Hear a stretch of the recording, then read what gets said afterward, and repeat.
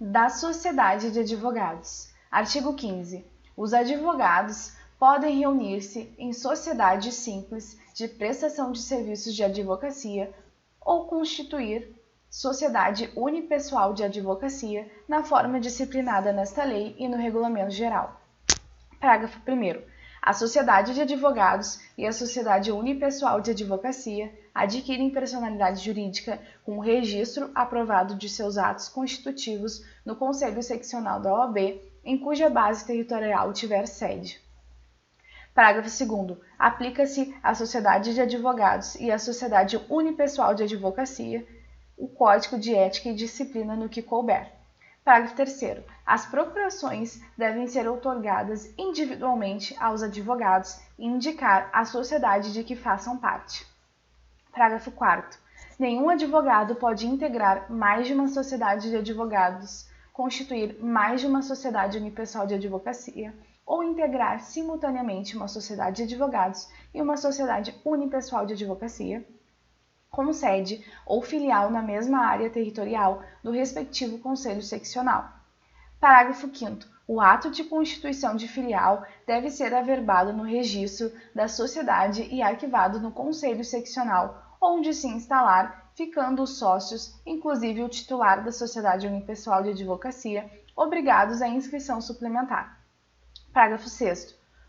Os advogados, sócios de uma mesma sociedade profissional, não podem representar em juízo clientes de interesses opostos. Parágrafo 7º.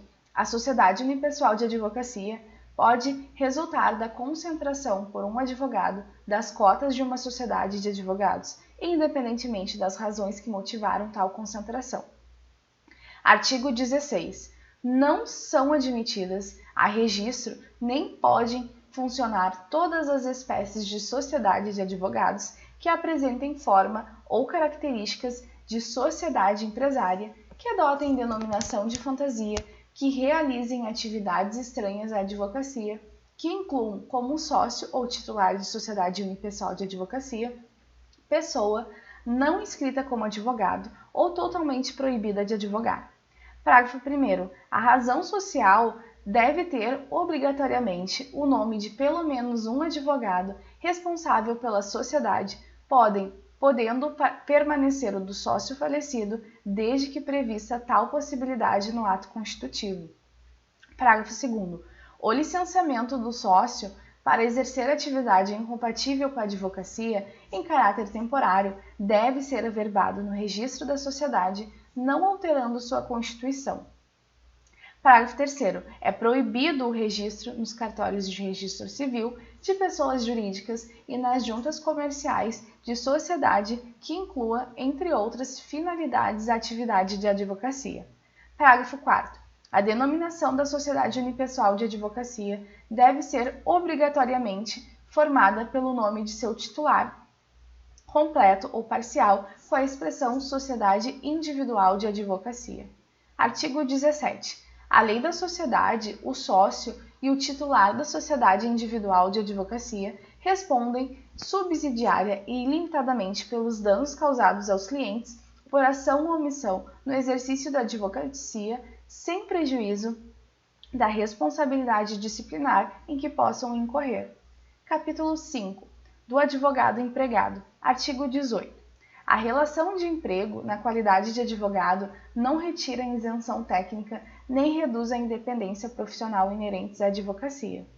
Parágrafo único. O advogado empregado não está obrigado à prestação de serviços profissionais de interesse pessoal dos empregadores fora da relação de emprego. Artigo 19. O salário mínimo profissional do advogado será fixado em sentença normativa, salvo se ajustado em acordo ou convenção coletiva de trabalho. Artigo 20. A jornada de trabalho do advogado empregado no exercício da profissão não poderá exceder a duração diária de 4 horas contínuas e a de 20 horas semanais, salvo acordo ou convenção coletiva ou em caso de dedicação exclusiva. Parágrafo 1º. Para efeitos desse artigo, considera-se como período de trabalho o tempo em que o advogado estiver à disposição do empregador, aguardando ou executando ordens no seu escritório ou em atividades externas, sendo-lhe reembolsadas as despesas feitas com transporte, hospedagem e alimentação. Parágrafo 2º. As horas trabalhadas que excederem a jornada normal são remuneradas por um adicional não inferior a 100% sobre o valor da hora normal, mesmo havendo contrato escrito. Parágrafo 3º. As horas trabalhadas no período das 20 horas de um dia até as 5 horas do dia seguinte são remuneradas como noturnas, acrescidas do adicional de 25%. Artigo 21. Nas causas em que for parte o empregador ou pessoa por este representada, os honorários de sucumbência são devidos aos advogados empregados. Parágrafo único. Os honorários de sucumbência percebidos por advogado empregado de sociedade de advogados são partilhados entre ele e a empregadora na forma estabelecida em acordo. Capítulo 6. Dos honorários advocatícios. Artigo 22. A prestação de serviço profissional assegura aos inscritos na OAB o direito aos honorários convencionados, aos fixados por arbitramento judicial e aos de sucumbência. Parágrafo 1º. O advogado, quando indicado para patrocinar causa de juridicamente necessitado, no caso de impossibilidade da Defensoria Pública, no local da prestação de serviço, tem direito aos honorários fixados pelo juiz, segundo a tabela organizada pelo Conselho Seccional da OAB e pagos pelo Estado. Parágrafo 2º.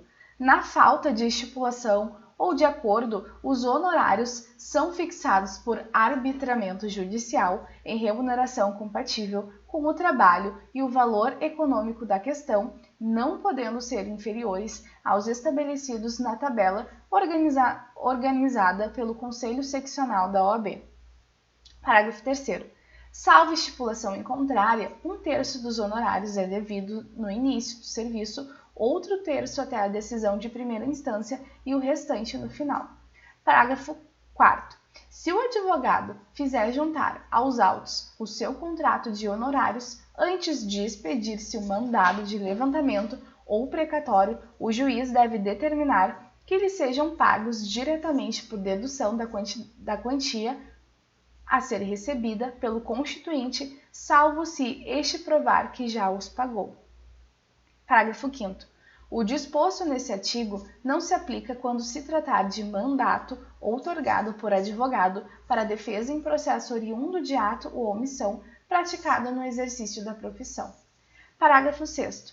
O disposto nesse artigo aplica-se aos honorários assistenciais, compreendido como os fixados em ações coletivas propostas por entidades de classe em substituição processual, sem prejuízo aos honorários convencionais.